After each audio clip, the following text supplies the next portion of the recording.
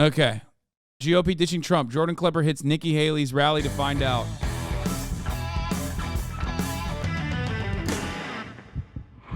Nikki Haley, the former South Carolina governor and Trump UN ambassador, has decided to throw her hat in the ring and run against her old boss. So I went to her... This is literally the kind of shit chat does that drives a lot of people away from this community. It's fucking infuriating and annoying. I know, because people have no way of legitimately expressing how leftist they are, okay? Because it's not like they're going to fucking unionize their workplace or whatever. That takes too much work. So the only way to do that is by being the most annoying in a community like this, right? Whoever is the most annoying wins. It's like a game. So that's precisely what the fuck they're doing. They jumped to immediately go, oh, dude, this is unethical. You're doing something unethical. You can't do that. And the worst part about it is not only are those people doing that, but there's also a second layer of people that personally don't say anything there, but are waiting in the shadows to clip something out of context to literally tweet that exact same thing that chatters were saying so that they can get a fucking 35K like tweet. Okay? That's it. Straight up. And then during the process of that tweet gaining virality, okay, I get death threats, I get doxxed. You know, my family members get contacted. Friends of mine are, every time I talk on Twitter, the replies are filled with like literally a clip out of context. It's not just about like a bunch of fucking weirdos in the chat. It's not even just a bunch of leftists that are trying to be holier than thou, leftier than thou. It's also a bunch of psychotic stalkers who will then use this opportunity to literally imply that, like, I'm interested in Ariel as a child or some shit like that. Which is why we can't do fun things. Sorry. That's how it is. You guys don't think about it that way. I have to every fucking day of my life. It is what it is. It's an unfortunate byproduct.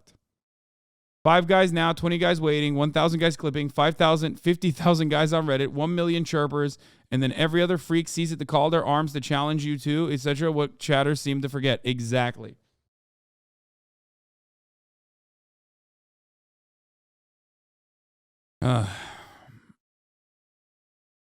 Let's watch Nikki Haley get owned. To see if the party was really ready to turn the page. Are you excited about Nikki Haley for president? Very excited. She's done great things for South Carolina. She's tough. She's a woman rule. The Republican Party needs a change, and we need someone with Nikki's foreign policy expertise. I love Donald Trump, but I think that she has more of a feminine finesse. You think Trump has a harder time with communicating with ladies? He has a harsher approach when it comes to women. Okay, this is the most unique animal on the planet. A Republican Nikki Haley fan who prefers Nikki Haley over Donald Trump. I'm almost certain that there is like the constituency that we're talking about here cannot be more than like 100 people, I think. Like the target market for this is like in the entire country, I mean, probably going to be like 100 people. And he sometimes has to pay for it. He sometimes has a hard time navigating it. Yes. I mean, I think she's really running to get, like, I don't think she'll win. Oh, so I think it's for VP. So this. There you go. There it is. It's just sort of like batting practice.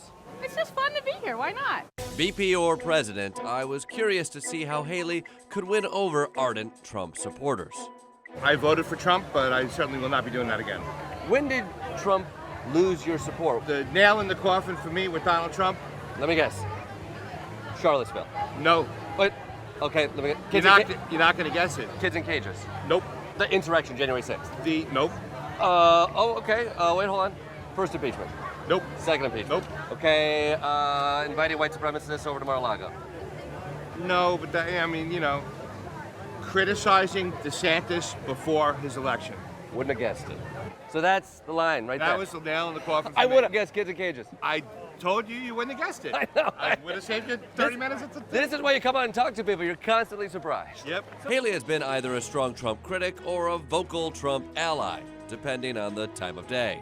Could this pose a problem? Did you feel like she sufficiently stood up to Donald Trump when she needed to? I think she has, and I think Nikki Haley's not afraid to stand up to any male or female with her voice of opinion. Yeah, so after January 6th, she wasn't afraid to say, this is disgusting. That's right.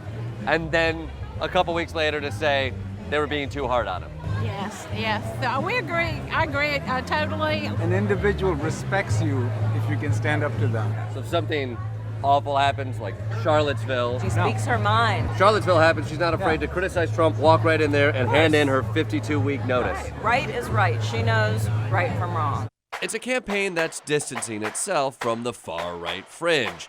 Except if you look closely at Haley's first speaker, Pastor John Hagee, who has unusual views on the weather. As a candidate, you have that responsibility to not get in the gutter. So hopefully Come on. That's just regular. If you're gonna have a rally, if you're gonna have a right-wing rally, there's gonna be people that said homosexuality is the reason for atrocities. You know what I mean? That's just like, you can't. What? Austin is such a chatter. Why? What happened? You missed the best part. Oh, the guy who said, I told you you wouldn't have guessed it. Wait, Criticizing DeSantis before his election. wow, that's the reason why he dropped Trump. Nice. Wouldn't have guessed it. So that's the line right there. That was the nail in the coffin. I would have guessed kids in cages. I told you wouldn't have guessed it. I know. I would have saved you 30 minutes. This is why you come out and talk to people. You're constantly surprised. Yep. Haley has been either a strong Trump critic or a vocal Trump ally, depending on the time of day. Could this pose a problem? Did you feel like she sufficiently stood up to Donald Trump when she needed to? I think she has, and I think Nikki Haley's not afraid to stand up to any male or female with her voice of opinion. Yeah, so after January 6th, she wasn't afraid to say, this is disgusting. That's right.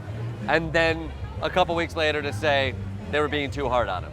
Yes, yes. So we agree. I agree totally. An individual respects you if you can stand up to them. So if something awful happens, like Charlottesville. She speaks her mind. Charlottesville happens, she's not afraid to criticize Trump, walk right in there and hand in her 52-week notice. Right is right. She knows right from wrong. It's a campaign that's distancing itself from the far-right fringe. Except if you look closely at Haley's first speaker, Pastor John Hagee, who has unusual views on the weather. As a candidate, you have that responsibility to not get in the gutter. So hopefully we can stay in a more positive place. Well, the first person I saw on stage was Pastor Hagee, who thinks hurricanes are a punishment for gay people. Is that really what he said? How long ago was that? That was around Katrina. Yeah. Yeah. That's an interesting opening act. Pastor Hagee has said that hurricanes were God's punishment for gays. Oh no.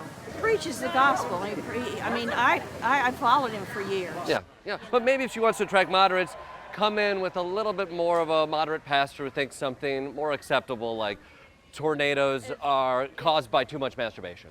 Oh my goodness. Yeah, that's way out there. No. That's too far. Oh yeah. Gotcha. Oh, she likes And there's cranking that it. line again. Good to know. I love that. That's fire. That's great.